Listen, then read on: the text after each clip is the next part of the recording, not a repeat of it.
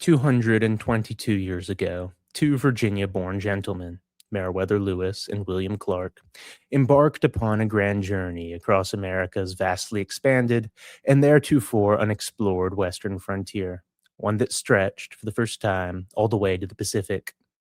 What they asserted dominion over as they crossed it in their moccasins and pirogues was not just land, but a natural wonder full of beckoning adventures and incredible beauty, because it was something unique, untouched and undeveloped land in which one could feel the pull of the natural world.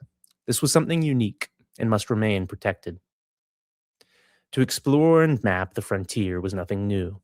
Governor Spotswood's Knights of the Golden Horseshoe expedition crossed the Blue Ridge for the first time, and that frolicsome band of adventurers drinking toasts of brandy and claret as they discovered the Shenandoah and opened it to eventual settlement. Division and settlement of the Ohio River Valley had been a focus of Virginians from Thomas Lee to George Washington, along with other colonials like Benjamin Franklin, and the British attempt to shut American settlers off from it was an impetus to war. Young Captain Lewis's mentor, Thomas Jefferson, was instrumental in crafting the Northwest Ordinance that mapped and divided the Northwest Territory. Lieutenant Colonel George Rogers Clark of the Virginia Militia, elder brother of William Clark, launched a stunning campaign over the course of 1778-1779 to secure this territory for America.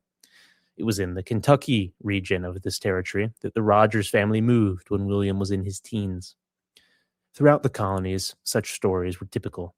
Explorers and frontiersmen pushed westward, perhaps on their own initiative, or perhaps on behalf of their state, claiming the land and developing much on the pattern set in the Tidewater, an unbroken mixture of small and large farms that turned the frontier into the settled world. But the expedition upon which Lewis and Clark embarked on May 14th of 1804 was different than those past expeditions and the campaigns that secured them. They were all pecuniary pursuits meant to open seemingly inexhaustible tracts of land to settlers. Spotswood's associates traveled to and bought up the Shenandoah to make large fortunes larger, not out of a love for the natural bridge. Thomas Lee, Peter Jefferson, George Mason, and others engrossed hundreds of thousands of acres for the Ohio Company, not to revel in the then buffalo-trodden beauty of Kentucky's bluegrass, but to turn it into riches through the planting of tobacco. The expedition that Peter's son Thomas organized and sent Lewis and Clark upon was to be different. It was to be scientific and a grand adventure. It was to map the West and catalog its riches, not just so that some of them might be exploited, but so that they might be known, and that the American nation could appreciate the glory of that which it had gotten from Napoleon for cents an acre. Such was what they cataloged, sketched, and preserved, as they tracked so many species. Even those with little commercial use had much beauty, and that beauty was in itself a good thing to be appreciated. The scenes Lewis stumbled upon as Clark and the men painstakingly pushed, paddled, and sailed the keel boat and pirogues up the muddy Missouri before marching through the Lemhi Pass and over the Bitter Roots were incredible. Entire landscapes swathed in buffalo, vast throngs of pronghorn dotting the plains, nary a man-made structure in sight, no boundary lines bringing fencing and fields of tobacco or grain to the virgin soil. Just nature and its beauty. A world full of opportunity spread out beneath his feet and stretched from horizon to horizon.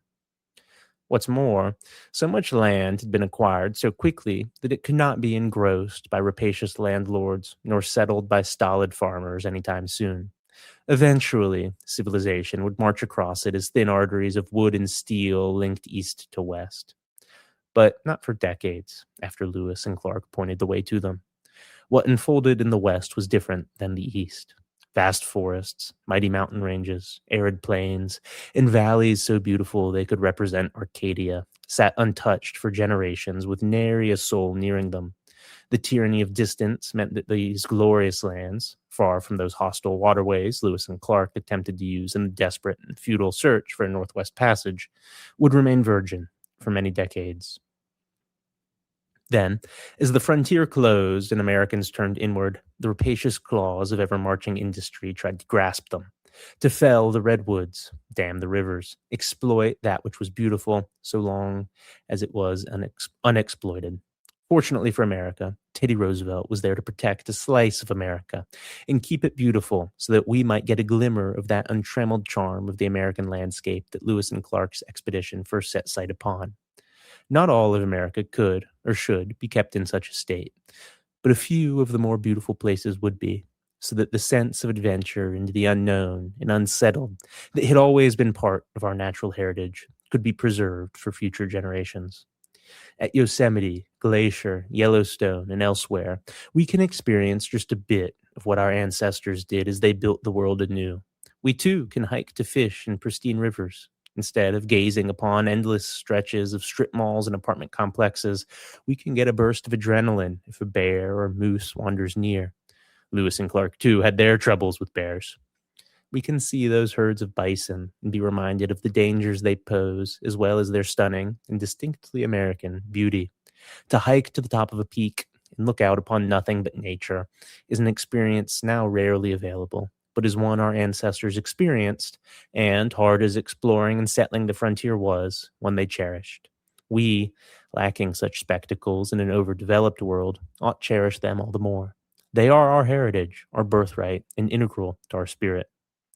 A century and a quarter after Teddy Roosevelt protected that uniquely American birthright from the rapacious plutocrats who would have wiped it away for a bit of oil, cheap lumber, or ore and coal, the vultures are once again circling. They enviously gaze upon what remains of the untrammeled American Western wilderness, scenes the likes of which Lewis and Clark first saw, and countless Americans have since been inspired by. Petitioned by developers and like special interests, the usual suspects in the Senate attempted to sell it off, claiming that studding the wild hills with yet more strip malls and condos would be the American thing to do. It would not be. It would be an act of rank and gross betrayal, a stunningly Esau-like casting away of the birthright for a bit of temporary gain. The frontier is part of the American soul. We no longer have a real frontier, but we have been left with a few reaches of land that represent it, a few places left unengrossed, undeveloped, and untouched. To walk through them, to fish in them, to look out upon them with wonderment is what was first done when Lewis and Clark expanded the American dominion with their march to the sea and back. We must preserve that for future generations, as it has been preserved for us, so that future generations of Americans, too, can look out upon the incredible and be inspired by it. Thank you for listening. Goodbye.